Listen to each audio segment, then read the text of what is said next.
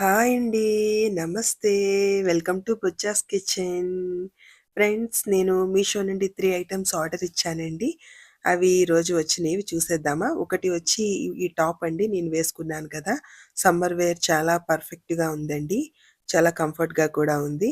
Next వచ్చి kitchen accessories 2 order చేశానండి. అందులో ఒకటి సింక్ డ్రైనర్ ఒకటి. దాని కాస్ట్ వచ్చి రూ. 100 పడిందండి. ఇంకొకటొచ్చి ట్యాప్ కనెక్టరు. దాని కాస్టొచ్చి 150 పడిందండి.